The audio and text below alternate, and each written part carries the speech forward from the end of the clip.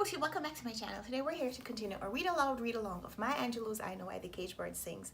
We've been reading together chapters of this book, and previous videos have been linked in a playlist. It's in the description box down below. So if you're new to the series or you'd like to revisit a previous chapter, go ahead, click the playlist, start there, start wherever you like. Today we're up to chapter 33, which in this edition of the book is on page 274. We only have 4 more chapters. The book ends on chapter 36. So today, chapter 33 starts like this. If you have a copy of the book, go ahead, read along with me. Otherwise, you could just listen to me read. Chapter 33. The house seemed smaller and quieter after the trip south, and the first bloom of San Francisco's glamour had dulled around the edges. Adults had lost the wisdom from the surface of their faces. I reasoned that I had given up some youth for knowledge, but my gain was more valuable than the loss. Bailey was much older too, even years older than I had become. He had made friends during that youth-shattering summer with a group of slick street boys. His language had changed. He was forever dropping slangy terms into his sentences like dumplings in a pot. He may have been glad to see me, but he didn't act much like it. When I tried to tell him of my adventures and misadventures, he responded with a casual indifference which stilled the tale on my lips. His new companions cluttered the living room and halls, wearing zoot suits and wide-brim hats and dangling long snaky chains hooked at their belts. They drank sloe gin secretly and told dirty jokes. Although I had no regrets, I told myself sadly that growing up was not the painless process one would have thought it to be. In one area, my brother and I found ourselves closer. I had gotten the knack of public dancing. All the lessons with mother, who danced so effortlessly, had not borne immediate fruit. But with my newly and dearly bought assurance, I could give myself up to the rhythms and let them propel me where they willed. Mother allowed us to go to the big band dances in the crowded city auditorium. We danced the Jitterbug to Count Basie, the Lindy and the Big Apple to Cab Calloway, and the halftime Texas Hop to Duke Ellington. In a matter of months, cute Bailey and his taller sister were famous as those dancing fools, which was an apt description. Although I had risked my life, not intentionally, in her defense, Mother's reputation, good name, and community image ceased or nearly ceased being of interest to me. It was not that I cared for her less, but that I concerned myself less about everything and everyone. I often thought of the tedium of life once one had seen all its surprises. In 2 months, I had become blasé. Mother and Bailey were entangled in the Oedipal skein. Neither could do without or do with the other. Yet the constrictions of conscience and society, morality and ethos dictated a separation. On some flimsy excuse, Mother ordered Bailey out of the house. On an equally flimsy excuse, he complied.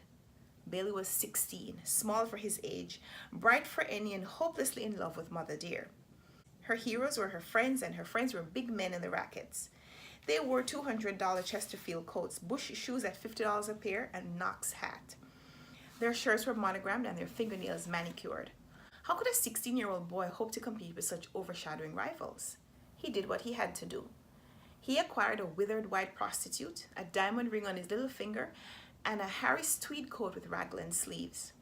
He didn't consciously consider the new possessions the open sesame to Mother dear's vault of acceptance, and she had no idea that her preferences prodded him to such excesses. From the wings, I heard and watched the pavane of tragedy move steadily towards its climax. Interception, and even the thought of it, was impossible. Easier to plan an obstruction to a sunrise or a hurricane. If Mother was a beautiful woman who exacted the tribute of obeisance from all men, she was also a mother, and a damn good one. No son of hers was going to be exploited by a used-up white whore who wanted to milk him of his youth and spoil him for adulthood. Hell no! Bailey, for his part, was her son as she was his mother.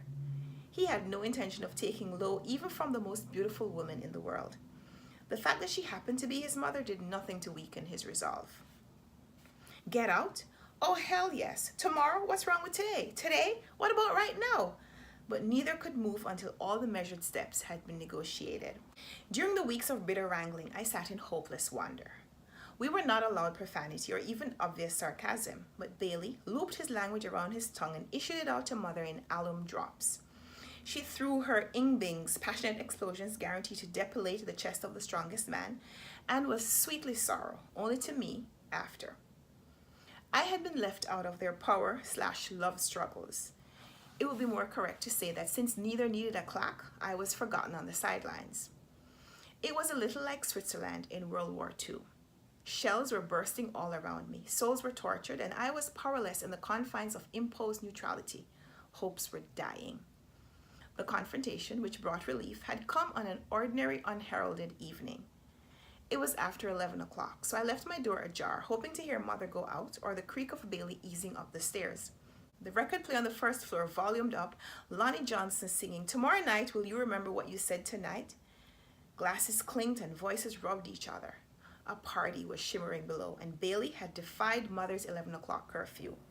If he made it in before midnight, she might be satisfied with slapping him across the face a few times with her lashing words. 12 o'clock came and went at once, and I sat up in bed and laid my cards out for the first of many games of solitaire.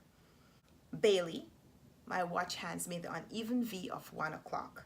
"Yes, Mother, dear." On guard, his voice thrust sweet and sour, and he accented the dear. "I guess you're a man. Turn on that record player." She shouted the last of the revelers.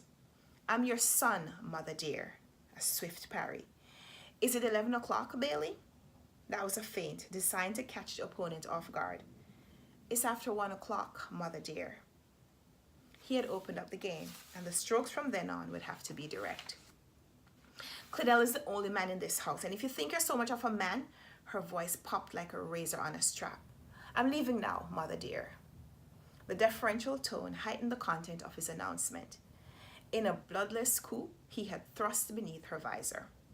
Now, laid open, she had no recourse but to hurry along the tunnel of her anger headlong.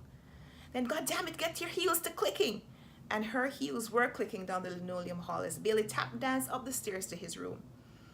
When rain comes finally, washing away a low sky of muddy ochre, we who could not control the phenomenon are pressed into relief.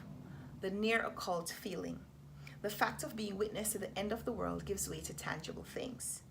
Even if the succeeding sensations are not common, they are at least not mysterious. Bailey was leaving home.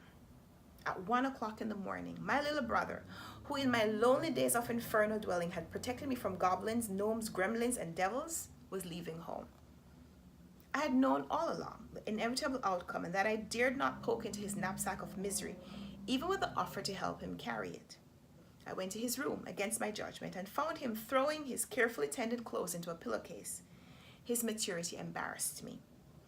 In his little face, balled up like a fist, I found no vestige of my brother, and when, not knowing what to say, I asked if I could help, he answered, "Leave me the shh alone." I leaned on the door jamb, lending him my physical presence, but said no more. "She wants me out, does she? Well, I'll get out of here so fast I'll leave the air on fire. She calls herself a mother? Huh, I'll be damned. She's seen the last of me. I can make it. I'll always make it." At some point, he noticed me still in the doorway, and his consciousness stretched to remember our relationship. "Maya, if you want to leave now, come on. I'll take care of you." He didn't wait for an answer, but as quickly went back to speaking to his soul. "She won't miss me, and I sure as hell won't miss her. To hell with her and everybody else." He had finished jamming his shoes on top of his shirts and ties, and socks were wadded into the pillowcase. He remembered me again. "Maya, you can have my books." My tears were not for Bailey, or Mother, or even myself, but for the helplessness of mortals who live on the sufferance of life. In order to avoid this bitter end, we would all have to be born again, and born with a knowledge of alternatives. Even then, Bailey grabbed up the lumpy pillowcase and pushed by me for the stairs. As the front door slammed, the record player downstairs mastered the house, and Nat King Cole warned the world to straighten up and fly right, as if they could, as if human beings could make a choice. Mother's eyes were red and her face puffy the next morning, but she smiled her "everything is everything" smile and turned in tight little moons, making breakfast, talking business, and brightening the corner where she was. No one mentioned Bailey's absence, as if things were as they should be and always were. The house was smudged with unspoken thoughts, and it was necessary to go to my room to breathe. I believed I knew where he headed the night before, and made up my mind to find him and offer him my support. In the afternoon, I went to a bay-windowed house which boasted rooms in green and orange letters through the glass. A woman of any age past 30 answered my ring and said Bailey Johnson was at the top of the stairs. His eyes were as red as Mother's had been, but his face had loosened a little from the tightness of the night before. In an almost formal manner, I was invited into a room with a clean chenille-covered bed, an easy chair, a gas fireplace, and a table. He he began to talk, covering up the unusual situation that we found ourselves in. Nice room, isn't it? You know, it's very hard to find rooms now, the war and all. Betty lives here. She was a white prostitute, and she got this place for me. Maya, you know, it's better this way. I mean, I'm a man and I have to be on my own. I was furious that he didn't curse and abuse the fates or mother, or at least act put upon. Well, I thought to start it. If mother was really a mother, she wouldn't have... He stopped me, his little black hand held up as if I were to read his palm. Wait, Maya, she was right. There's a tide and time in every man's life. Bailey, you're 16. Chronologically, yes, but I haven't been 16 for years. Anyway, there comes a time when a man must cut the apron strings and face life on his own. As I was saying to Mother dear, I've come to... When were you talking to Mother? This morning. I said to Mother dear, did you phone her? Yes, and she came by here. We had a very fruitful discussion. He chose his words with the precision of a Sunday school teacher. She understands completely. There's a time in every man's life when he must push off from the wharf of safety into the sea of chance.